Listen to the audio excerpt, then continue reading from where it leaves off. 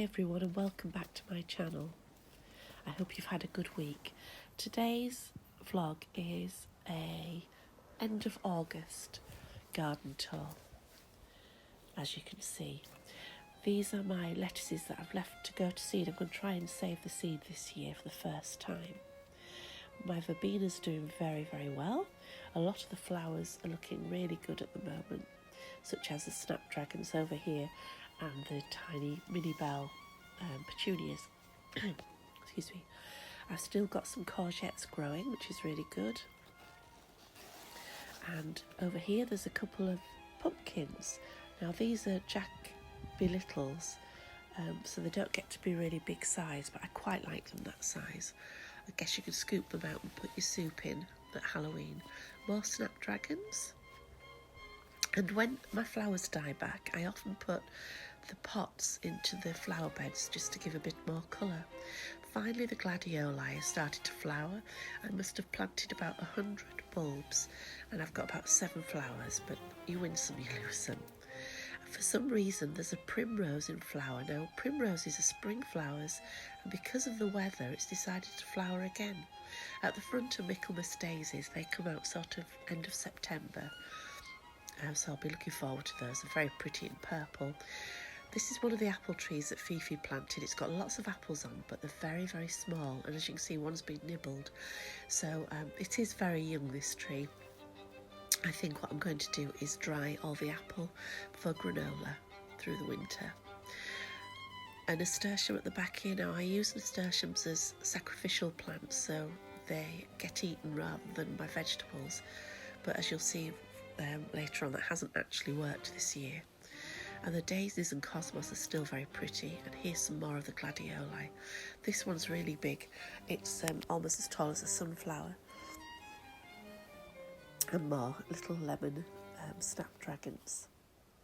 And more Michaelmas daisies as well waiting. They're really pretty. They're a bit like an aster.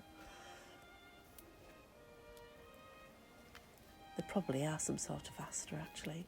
Right, onto the beans. So this is the vegetable part of the garden. The snails, as you'll see in a minute, have been climbing up the poles and have been decimating the leaves. And I've even had tiny baby snails sat on the leaves that I've been picking off gently. Because I'm not using any chemicals at all in the garden, this year the imbalance is quite disturbing. As you can see, there's a snail right under there, climbing up, look quite happy, merrily on his way. I'm hoping next year, because I'm letting it do this, it will calm down and have more of a balance between nature and the plants themselves. But we'll see, I hope so. But I've had lots and lots of beans. I've got loads in the freezer. I have a secret drawer in the freezer right at the back that is full of beans, basically. So they're not harming the plant in that way. It just doesn't look very nice. But on here is the very hungry caterpillar and his mate. And also with him, a bus tour. Look at all that, look. And they are the culprits for a lot of the damage in the garden this year, as you will see in a minute. Over here is the Three Sisters Native American idea with the sunflowers, the beans growing up and the pumpkins, and that's worked really well.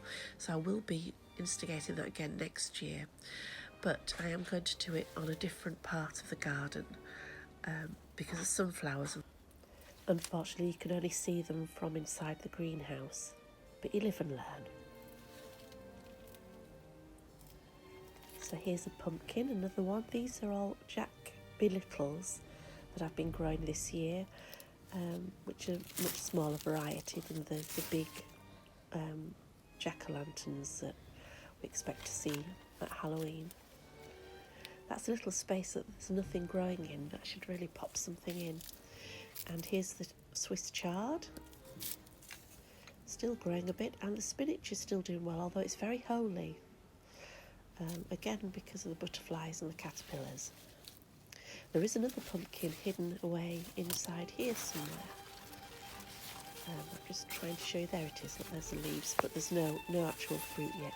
I have been self-pollinating the plants by rubbing the male flower, which has the long thin stem, into the female flower, which is the one bearing the fruit, to help them come along. And that was another jack-o'-lantern in the corner, but there's no fruit yet. We'll see. And I've got one patty pan for some reason. I grew lots from seed. Here is my kohlrabi. As you can see, it's been completely eaten by the caterpillars. These are cabbage white caterpillars that have been eating this one. And this is a really pretty flower. It's a bit like a marigold. I've left the label in because so that I remember it's a perennial, that it'll come back next year. I don't know why I'm showing you the bell on the summer house, on the barn, but there it is. These pots are full of grasses and geraniums and sunflowers, and that's the last pot. Fifi's carrots. These are my pak choi, which again have been eaten quite a bit, but I'm hanging in there. And look at the state of the Savoy cabbages. This is life. This is how it goes. You win some, you lose some. It's not all perfection all the time, and it's very romantic to show this lovely picking your own vegetables and everything, but sometimes it's a bit sad as well, especially when you've grown things from seed like I have. These are the other courgettes, and I don't think they've got anything else on them at the moment. The leeks are doing well though, and that's just the end of the summer raspberries that have finished fruiting. This area is still looking quite nice, where we put the rocking bench. And there's a little secret project that's going on, so you can guess what might be coming in the spring. If anyone knows where to actually get them from, i.e. cluck cluck, please let me know in East Yorkshire, because we'll find it very hard to find any. I'm not happy with the run yet though, it's too small, so I want that whole area making into one big run for them, so they've got more space. Anyway, that's the end of the August garden tour for this year. As I always say, remember you are a human being, not just a human doing. Until next time.